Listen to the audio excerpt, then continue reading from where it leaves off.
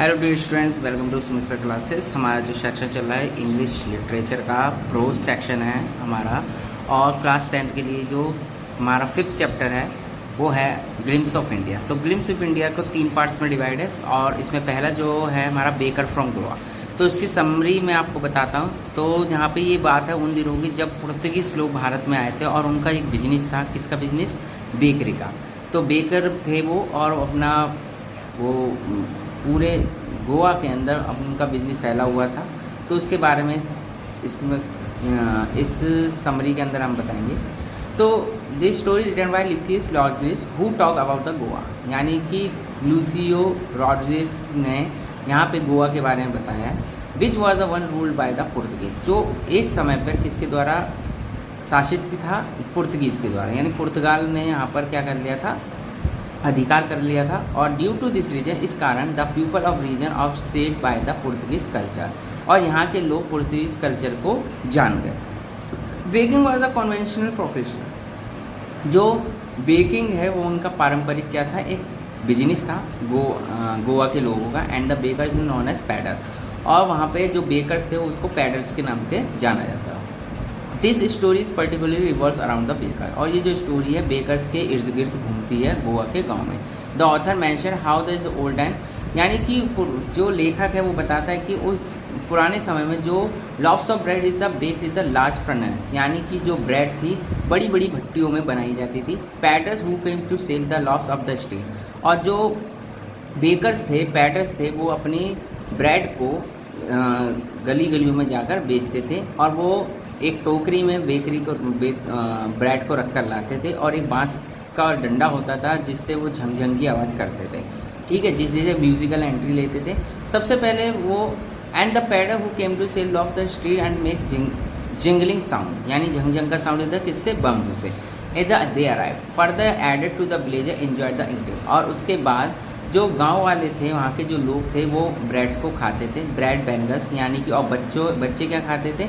लच्छे खाते थे। These baker during this childhood. The author also describe, author ने यहाँ पे डिस्क्राइब किया था अटायर ऑफ बेकर कॉल्ड कवाई, यानी कि वो एक ड्रेस पहनते थे जिसे वो कवाई बोलते थे। कवाई क्या होती है? कवाई एक लॉन्ग फ्रॉक होती है जो कंधे से लेकर घुटनों तक आती है, जिसको कवाई बोलते हैं। बाद में ये ड्रेस चेंज हो गया, और एक शर्ट और एक पाजामा जो घुटनों से नीचे तक आता था और पैंट से छोटा होता था, वो पहनने लगा। और ये बोला जाता है कि बेकिंग जो है बिजनेस बहुत ही प्रॉफिटेबल बिजनेस था। क्यों? वो अंदाज़ा इसलिए लगाया जाता था क्योंकि उनके जो वर्कर्स थे कभी भूखे नहीं मरते थे, क्योंकि उनके बॉडी को देखकर अंदाज़ा लगाया जाता था। ठीक है, तो ये जो बेकरी है, ये बेकर्स का बिजनेस है, बहुत ही अच्छा बिजनेस, प्रॉफिटेबल बिजनेस कराया जाता था। ठीक है, क्योंकि उस समय जो गोवा के जो लोग थे, इस पारंपरिक बिजनेस था उनका, और वो जो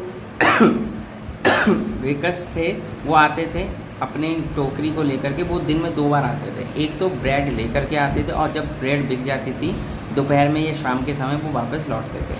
और सबसे पहले वो अपनी जो ब्रेड थी वो किसको बेचते थे? नौकरों को बेचते थे, जो नौकर निकलते थे घर पर।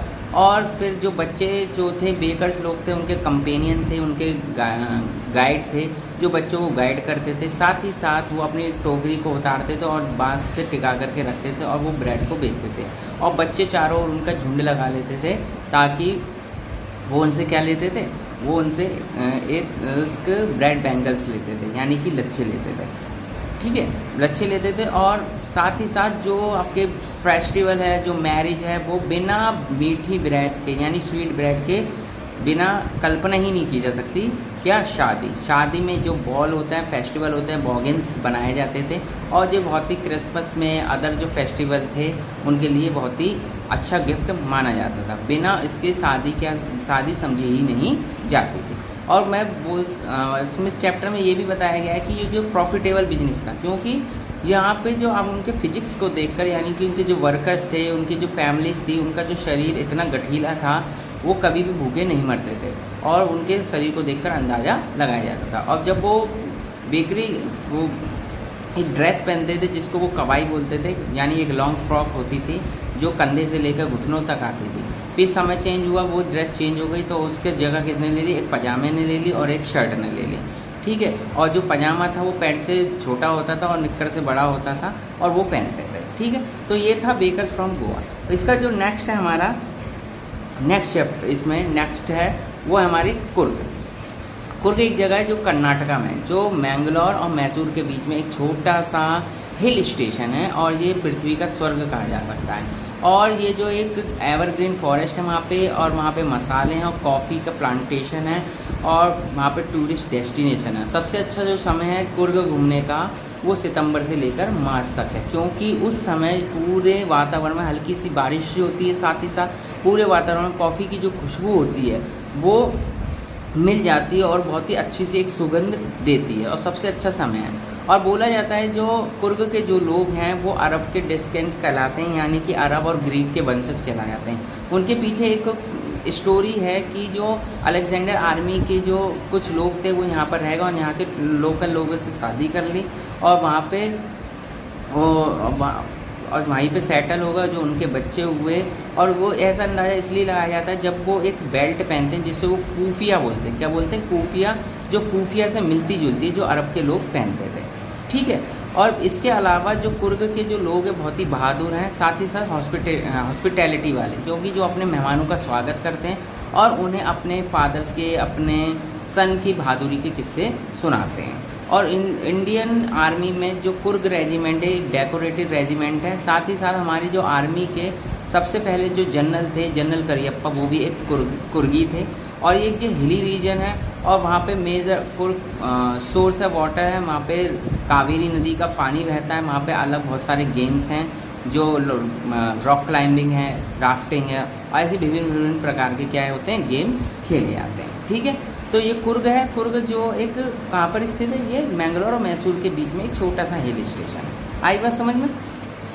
नेक्स्ट है इसी चैप्टर का टी फ्रॉम असम। तो टी फ्रॉम असम, यहाँ पे दो दोस्त होते हैं, एक होता है राजवीर और एक प्रांजल। राजवीर जो और प्रांजल जो है वो असम का निवासी थे, दोनों दिल्ली में पढ़ते थे। तो समर वेकेशन हो गया तो प्रांजल ने राजवीर से कहा कि तुम मेरे गांव घूम के आओ। तो वो तैयार हो गया और वो राजवीर के साथ, वो प्रांजल के साथ घूमने चल देता है, ठीक है। जाता है तो वो उसने बहुत सारी चाय के बारे में सूचना, इन्फॉर्मेशन इकट्ठा कर रही थी और बहुत सारी चीज़ बताता है। तो वो ये बताता है कि चाय की जो खेती की शुरुआत कैसे हुई। तो वहाँ पे जो दो कहानियाँ बताई उसने, दो कहानी, एक थी एक चाइनीज़ एम्परर की और एक है इंडियन बुद्धिस्ट मॉन्क की।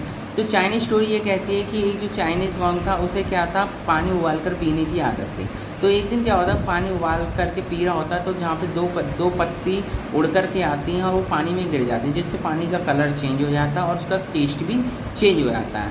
और बोला जाता है तब से ही वो जो पानी पिया था वही क्या है, चाय की जो पत्तियाँ थीं वही चाय की वहाँ से शुरुआत हुई। और एक दूसरी जो है बुद्धिस्ट मॉन्क है, उसे क्या होता है, वो मेडिटेशन करता था।